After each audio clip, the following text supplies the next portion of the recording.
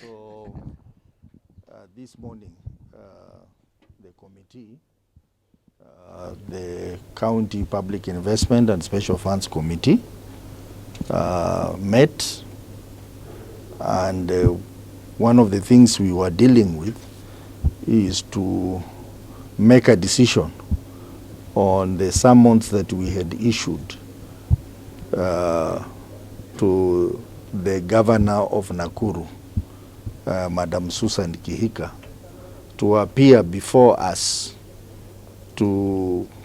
following her failure to appear on 3 occasions. We had sent invitation 3 times, and all the 3 invitations, the response we got was that she was out of the country and she could not come to the meeting. The rules of the House require that when 3 invitations are sent out and the witness does not appear, and the committee is not satisfied with the reasons given for not appearing, then the committee may issue summons. So following her failure to appear before us on 3 occasions, and having looked at the reasons stated in our letters, and having not been satisfied with those reasons, we issued summons for her to appear. And again, on the day when she was supposed to appear, she wrote another letter saying that she's not available, she's out of the country. So the committee has looked at the matter and made a decision that we are going to fine her 500,000 shillings, which will not be paid from the county coffers, but from her personal resources to the committee. We have also decided that we will issue fresh summons for her to appear on the 4th of July, 2023. So the decision is that we are fining her 500,000 shillings for failure to honor the summons, and also issuing fresh summons for her to appear on the 4th of July before the committee. And she was to appear before the committee to respond to the audit queries in the matter of Nakuru Water and Sewerage Company Limited for the financial years of 2018, 2019, 2019, 2020, and 2020, 2021. Clearly, those particular times were when she was not the governor, when she was not the senator. So you are wondering why she has been avoiding the committee because of that report. But we look forward to meeting her on the 4th of July, where we expect to also receive her response on the first summons that were issued, which she failed to appear. If she satisfies us that she had a valid reason why she didn't appear or she didn't honor the summons, then the committee may make a decision, further decisions on that. But for now, we have made a decision that we are going to fine her 500,000 shillings, which should be paid on or before the 4th of July, when she's expected to appear before us. We'll focus on what our committee is doing. We do not want to know what is happening in other committees. Our committee, we follow the rules that if you are invited thrice and you don't appear, and there is no good reason why you have not appeared, then what follows is a summon. So we went through that process and we decided to summon her. Now today we were making a decision on the failure to honor the summons. And the committee has decided out of the 2 options, the option of a fine and arrest, we decided to go for the option of the fine. That was to dispense with the first summons. And then we have also decided to issue a fresh summons for her to appear on the 4th of July. So that is our internal process. I know that we may have repeat offenders, culprits who've been doing the same thing, but they will be handled by those other committees within the standing orders and within the law. But for us, we have, as a committee, we have collectively made that decision, and we look forward for her appearing on the 4th of July. But when she appears, she may come with some evidence to support her position of not appearing in the committee. If, for example, she comes and says she was sick, then we expect that she will provide the documentation to indicate that she was unwell. And then the committee can make a decision on that.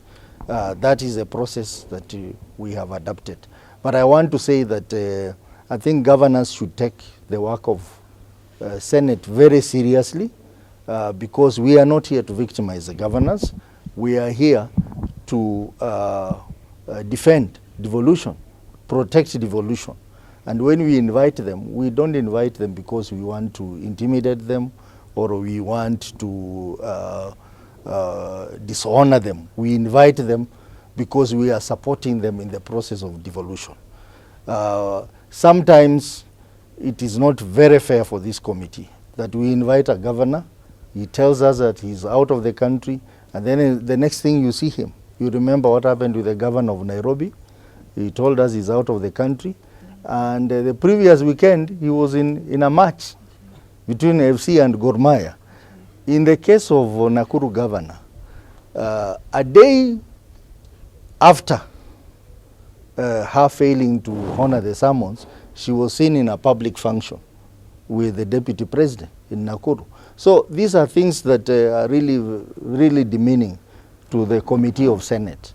And that's why the committee has made a decision that we must finalize the matter of the summons and also issue fresh summons for her to appear. Yeah, let me just respond. One is the issue of summons which have already been canvassed by my chair. The second issue, which is very important, is the issue of Love Fund. As we know, currently, there is a lot of politics which is playing on the issue of the CEO of Love Fund. The former CEO, the immediate former CEO, got a new job as a new CEO for NSSF. Currently, there is a lot of politics which is being played on the issue of who the head of Love Fund is, or who can be able to take at least care of that institution, which is holding billions, if not trillions of Kenyan shillings. We know that there is a current deputy CEO, and we don't understand why that deputy CEO is not acting. We know that there was a gentleman who resigned in January 2022 to go and run for office, I think in Wajir, in Marsabit County. And then later on, he was mysteriously hired again by the same company. So nowadays, you can just tell a company that I'm going to run for office. If I don't make it, I'll just come back and take my job. You know, people are playing politics around there. So we had invited the Cabinet Secretary in charge of Treasury to be able to come and deal with that issue. The Cabinet Secretary in charge of Treasury is also a very good friend, but he's playing with these committees. The law is very clear. Article 153(3) of the Constitution mandates Cabinet Secretaries to appear before a committee of either House or Parliament. And it doesn't say may, it is shall. We know that the Cabinet Secretary wrote a letter to the clerks of both houses. But really, the clerks of the two houses have got no mandate. You know, it is this committee that has got the power to summon. It is not the clerk. The clerk merely sends letters on our behalf. So we have a meeting this afternoon at 2 o'clock where we have invited, and let me be very clear on this, We have invited the Cabinet Secretary to come and respond to two issues. Issue number one, about a fortnight ago, we had a meeting with the Cabinet Secretary, which we had summoned him, on the issue of funds being released to the county governments. Under oath, he gave us dates that by this particular date, he would have released all the money for counties. He has not done that. So we want to be able to deal with that issue. The issue of the budget, although it's a national issue, our role here is to defend the interests of our counties and their governments. So if the Cabinet Secretary is only concerned about the issue of the national government and is not concerned with the issue of county government, it is for him to come and tell us here. He had written a letter and we did not accede to his request. We want him to come here and respond to those two issues. The issue of love fund. When is he appointing someone to hold the fort until a substantive head has been appointed? When is he constituting the board? Because there's no board. And in this case, even if there was a board, the law does not give the board the powers to be able to appoint a CEO. We need to be able to correct these two issues. And we need to be very, very clear. So I want to send a very strong warning that as far as I am the senator elected by Kenyans to be able to represent their interest, I will be able to adhere strictly to the rule of law. If the law says I have the power to summon you to appear here, you better appear. Because if you don't appear, we'll take all options which are there within the law. So I think it is very, very important that these cabinet secretaries take it very seriously, that we are not here to waste our time. We woke up very early. We're using taxpayers' money. This money does not belong to the public. It is taxpayers' money, people who are paying. You want to tax people, but you want us to continue enjoying those benefits of being paid an allowance here. I'm being paid an allowance here for nothing. If you don't appear for me to be able to do my job, what are you telling Kenyans? You know? So my request is that governors and cabinet secretaries who are summoned or even invited to come to and answer questions by the Senate or the National Assembly must actually honor those invitations and those summons. No one is above the law. Thank you. Yes. Ohio, nafikiri chairman wetu ama ndiye anaitwa katibu mwenyekiti alisema ya kwamba kwa sasa hivi sisi tunafuata sheria na sheria imetupa jukumu ile tuhakikisha kwamba witness wowote ambaye anaitwa kuja hapa amefika hapa, na hiyo sheria imesema tuko na nguvu ya kuweza fine, si ndio? Kumtosa faini shilingi 1,500 ama 500,000. Hiyo ndio jambo la kwanza. Ukiangalia katika constitution yetu katika article 125 inatupa nguvu ile ambaye iko na high court. Ile nguvu ya high court ndio pia sisi tunakuwa tuko naye hapa hivi. So that is what we are doing. We are actually doing that. Na pia tukiendelea hivyo tukishamtoza faini pia tunamsummon tena aweze kufika. This issue of repeat offenders.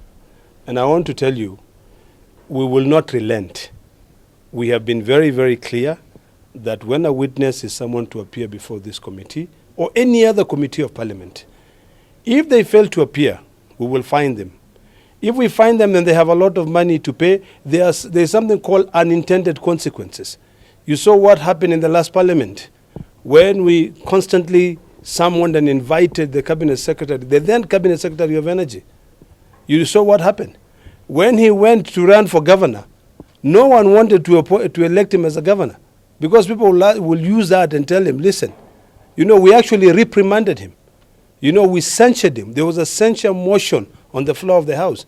And nothing stops us now from introducing a censure motion to be able to censure these people from, who failed to appear. So if you're a repeat offender, just take judicial notice that we have so many avenues of making your life a living hell.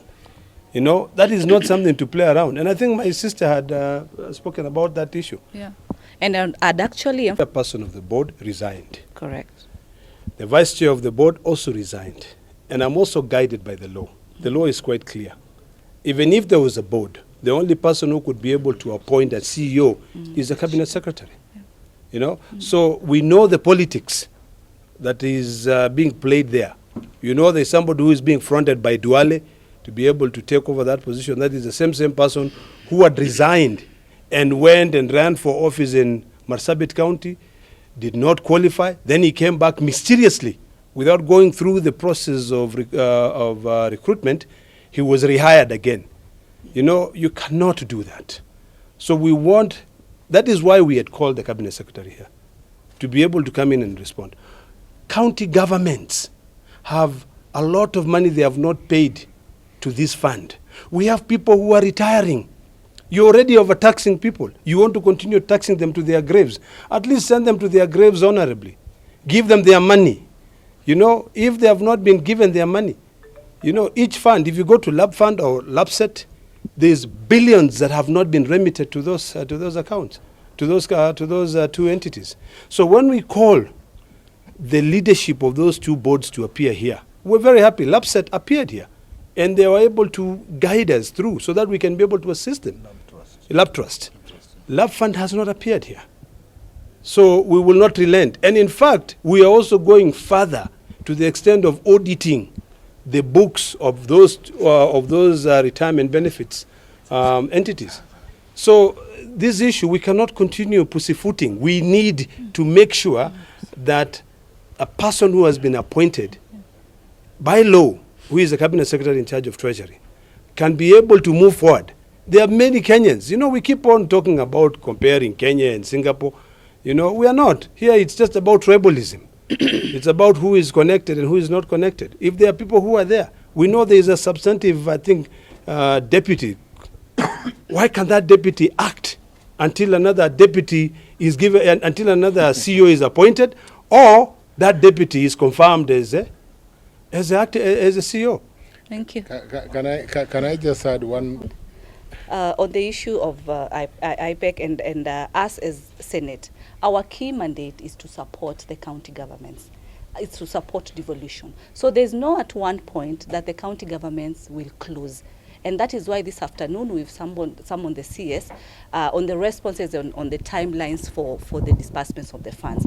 And let me say this, as Kenya Kwanza government, that is why these meetings are ongoing, so as to have collaborative, massive discussions on the nitty-gritties of the issues. That is why the Deputy President right now, Rigathi Gachagua, is sitting with the COG, the governors, to be able to get to the bottom line on the health issues. Something that in our manifesto as Kenya Kwanza, we are digging in the bottom level to be able to bring to light what is correct as far as the health issue is concerned. But still on the same, it is not an excuse that the governors should not appear on this table simply because they have an existing meeting. They should come on board and request to be excused so as to appear on the same, because we understand on the roles that they're doing, but it's not an excuse. But as far as the meeting is ongoing, it is a meeting that is going to, we expect also as Senate, that is going to bear much better fruits as far as the health sector is concerned. Let me just respond a little bit. We want to emphasize that the President, His Excellency William Ruto, has clearly insisted that summons need to be respected. We are summoning currently the CSs in the houses, they appear.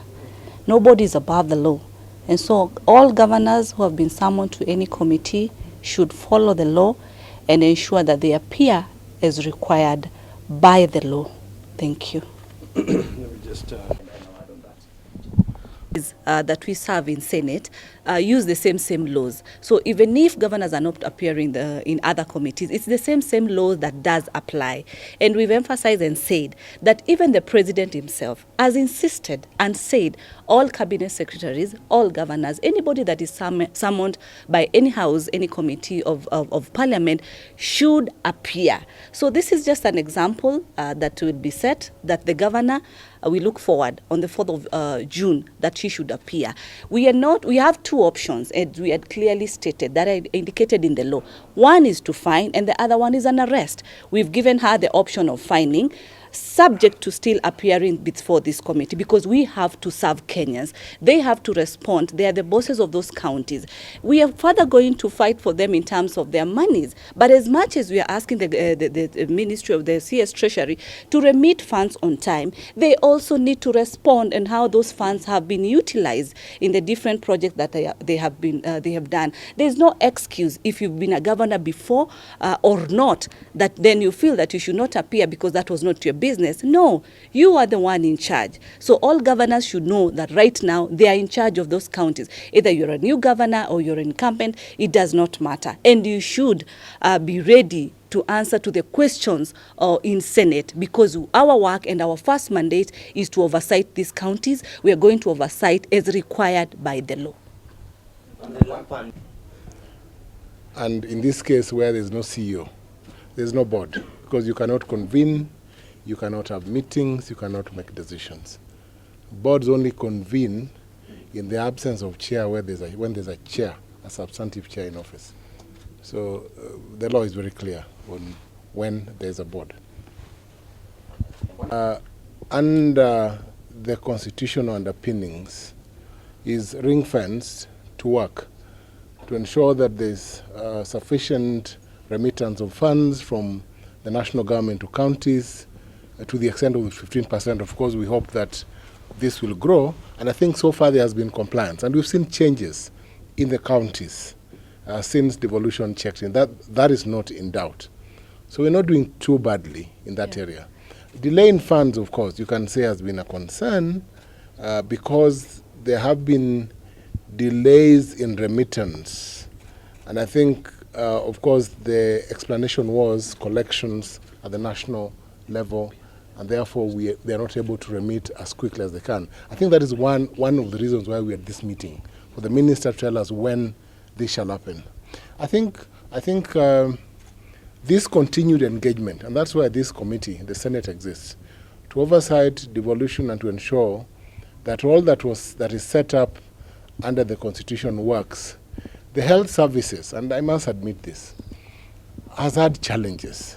I am not in the Committee of Health, but I know that we've had questions in my county, for instance, of concerns about not just the implementation of universal health care, but devolution of health perhaps was a rush because there have been calls for a National Health Service or National Health Commission for a while now. It's been there for a while.